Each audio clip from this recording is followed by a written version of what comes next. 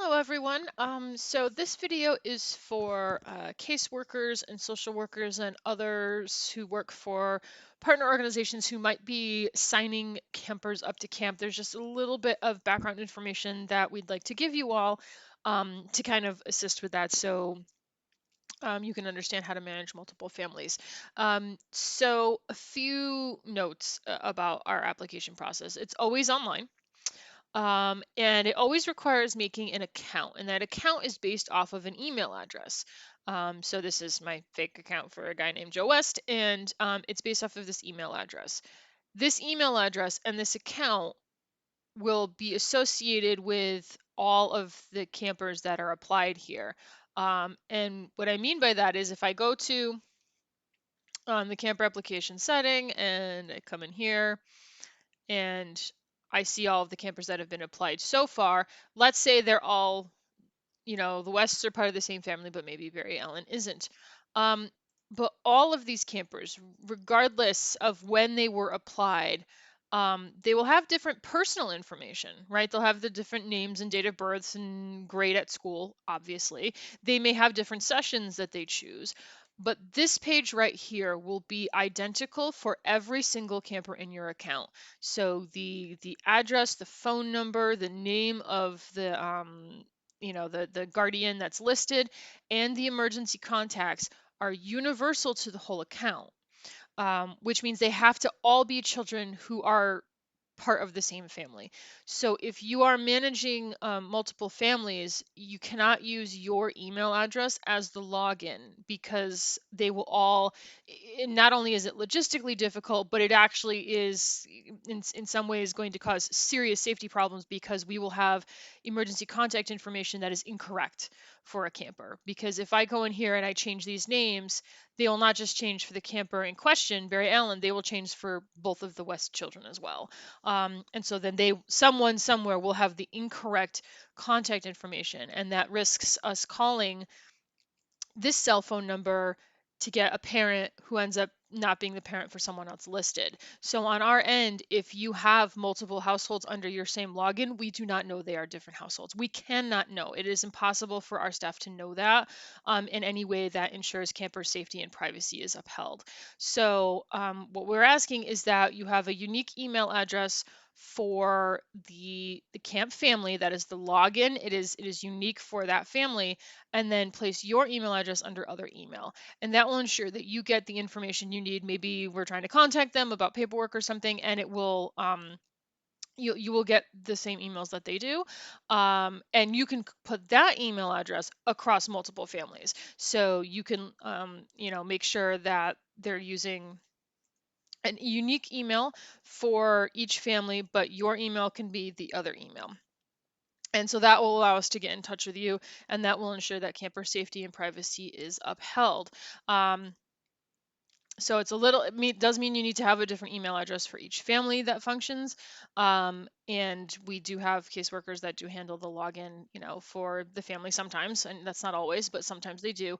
But it really does have to be each family has its own account. Now, if you're working with maybe multiple children who are in residential care, that might be different. And if that's the case, please contact us directly. We can maybe see what's going to work out best for you. But it also means that whoever is logging into each family has access to everyone's paperwork.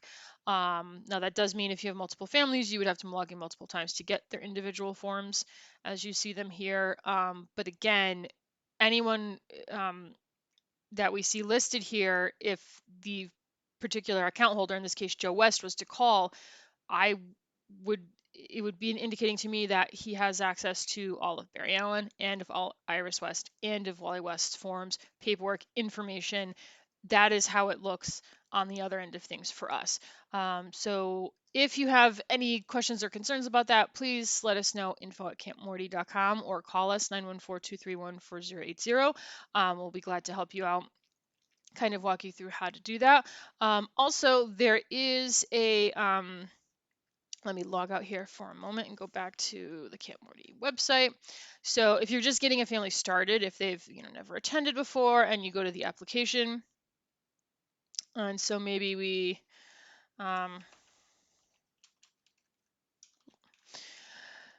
So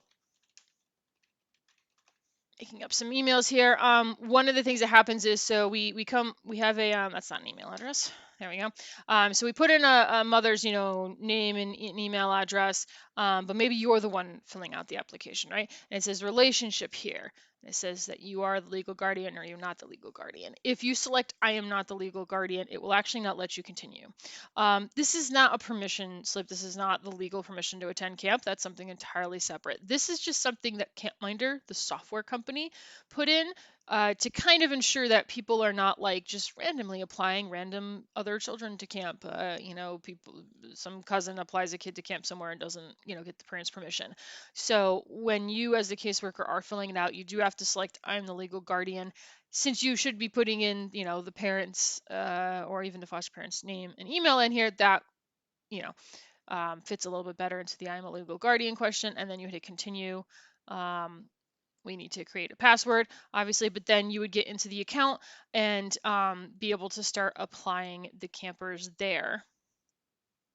Another thing that has been occurring that we want to kind of let everyone know, so if you start an application, whether you've logged in from a previously existing account or you start a new account, it'll say preparing application, and then this will pop up, and it's just information about who to contact if something goes wrong while you're doing this.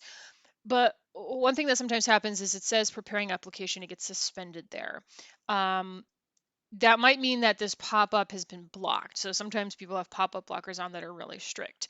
I know in Chrome that the pop-up blocker information is here. I'm not sure where it is on Firefox, but if you're not seeing this and it's suspended at preparing application, it may be that the pop-up blocker is what's causing the problem. The other thing to keep in mind, if there's any sort of issues coming up, is that we're actually dealing with two different websites. So if you go to campmorty.com, and you can find information on sessions and dates and times and everything, but as soon as you click on application or account login, it actually switches to a completely different site, which is campmorty.campintouch.com.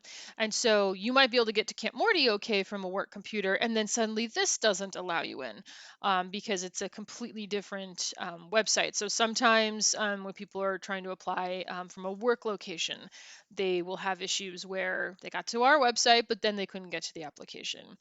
And then the last thing I would say about that is just making sure you're using either Chrome or Firefox or like a web browser on your phone if you're using that. But something like Internet Explorer is no longer supported, and it literally won't let you in here if you're using that. So I believe those are all the biggest sort of major issues that can transpire here. But again, if anyone is having any trouble at all, if you email us, we should hopefully be able to kind of help you get you set started. I know that different families have different situations, and we want to help them apply, and we want to kind of be involved in that. But we also do want to make sure that we're maintaining privacy and making sure all the information is coming in a way that we can do that. So please, if you have any questions at all, contact us at that email address or our phone number, and we will be glad to help you get started.